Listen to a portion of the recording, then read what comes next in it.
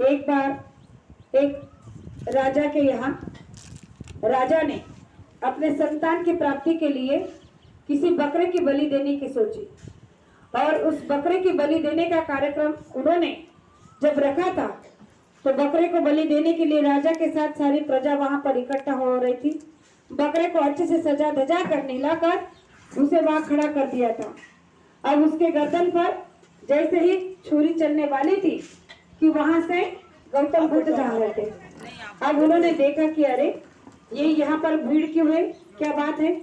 जाकर जब भीड़ के बीच में देखा तो उन्होंने देखा कि एक बकरे की बलि दी जा रही है। तो उन्होंने राजा से पूछा कि राजा, आप इस बकरे की बलि क्यों दे रहे हो।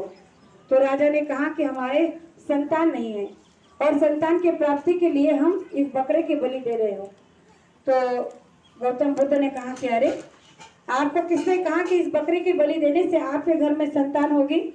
तो राजा ने कहा कि देखो, अगर पता है बताया है तो सही होगा, तभी तो किसी ने बताया है। तो गौतम बुद्ध ने कहा कि अरे भला किसी की बलि देने से किसके घर में संतान कैसे प्राप्त हो सकती है।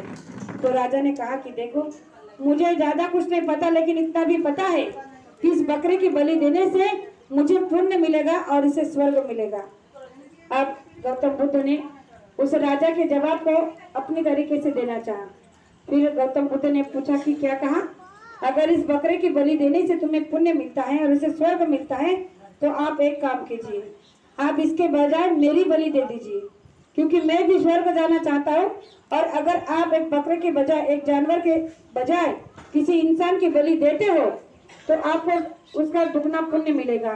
और अगर मैं स्वर्ग चला गया तो आपको सुख और समृद्धि सब मिल जाएगा, आपका पुण्य बढ़ जाएगा।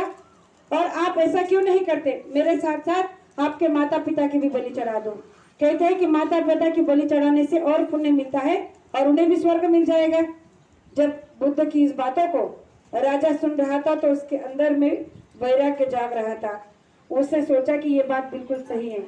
उसने बुद्ध से कहा कि आप ये कैसे कह रहे हो, बोला मैं आपकी और मेरे माता पिता की बलि कैसे दे सकता हूँ। आप एक इंसान हो और इंसान की बलि देने से तो मुझे पाप लगेगा और इस पाप से मुझे कोई नहीं बचा सकता। तो उसी समय बुद्ध ने कहा कि यही बात तुम्हें इन पशु के बारे में सोचना चाहिए। इसके अंदर भी वही जीवात्मा है जो मेरे अंदर में है, तुम्हारे अंदर है, तुम्हारे माँ बाप के अंदर में है। जब ये पशु की योनि में है तो इसका मतलब ये नहीं कि इसके अंदर जान नहीं है।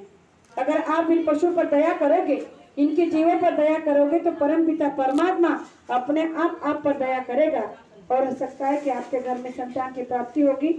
राजा ने जब बुद्ध की बातों को सुना तो शर्मसार हो गया, कहने लगा कि आपने मुझे बहुत बड़ा पाप अधर्म करने से बचा लिया। इसीलिए प्रेमियों, और उस समय उस बकरे की बलि देने से उस बलि को टाल दिया गया। तो ये संत महात्मा का उपदेश हम सभी जनता के लिए हित और कल्याण का होता है। वही बात बाबा जय गुरुदेव जी महाराज ने हमारे आपके लिए कही है कि आप ऐसे ही विचारों को संसार में फैलाते रहो कि जिससे विचारों की क्रांति से लोगों के अंदर विचार पनपने लगे। अच्छे विचारों की क्रांति जब संसार में बढ़ने लगेगी तो परिवर्तन अपने आप हो जाएगा। तो परिवर्तन करने के लिए हमें कुछ अलग कार्य नहीं करना है। परिवर्तन करने के लिए पहले अपने आप में बदलाव, अपने आप में सुधार लाना है, अपने विचारों में बदलाव लाना है, तब जाकर परिवर्तन होगा। तो ज्यादा कुछ ना कहते हुए मैं सभी माता पिता भाई बहनों से इतना ही कहना चाहूंगी कि ग्वालियर की धरती बड़ी पवित्र और पावन है, क्योंकि यहाँ पर जो जितने भी प्रेमी सत्संगी भाई बहन यहाँ पर आए हैं, जन्मे हैं, उनका बड़ा परम सौभाग्य है कि बाबा जय गुरुदेव जी महाराज ने आपको ये साकार प्रचार करने का मौका दिया। और राजपूत जी जैसे अरुणा दीदी और सत्यन भाई साहब और भी वक्ता है हमारे, इन प्रेमियों के द्वारा आपको जो रोज सत्संग की गंगा मिल रही है, सत्संग के विचार सुनने को मिल रहे हैं, ये बड़ा सौभाग्य की बात है। क्योंकि गुरु महाराज ने कहा था कि सत्संग हर मनुष्य के लिए वो जड़ी, वो बूटी है जिससे हमारे अंदर के विकारों को रोज धोया जाता है। गुरु महाराज ने कहा कि सत्संग के विचारों से ही